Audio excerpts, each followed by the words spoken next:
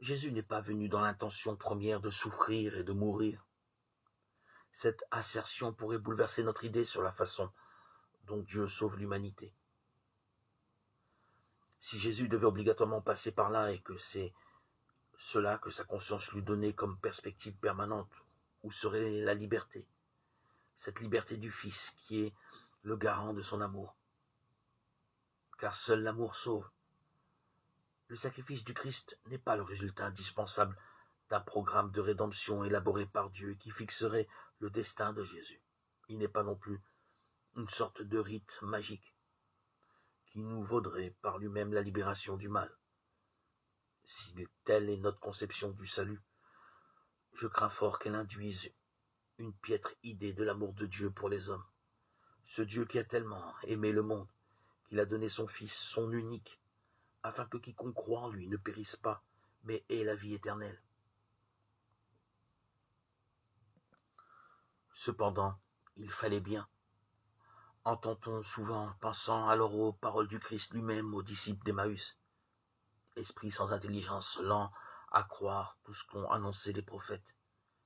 Ne fallait-il pas que le Christ endurât ses souffrances pour entrer dans sa gloire? Luc 24, 26.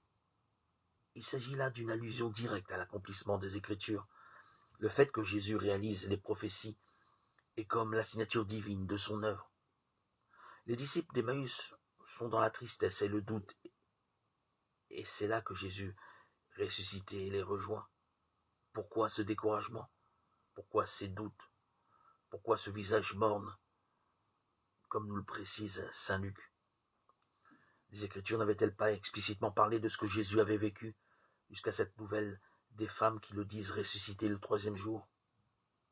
Notre esprit cartésien risque parfois de nous entraîner dans des considérations trop chronologiques des prophéties, comme si elles étaient destinées, telle la divination, tel un programme prédéterminé et immuable, à s'acheminer dans le temps vers un accomplissement inéluctable. En fait, elles ne sont que des images figuratives, des évocations encourageantes de ce que Dieu voit de toute éternité.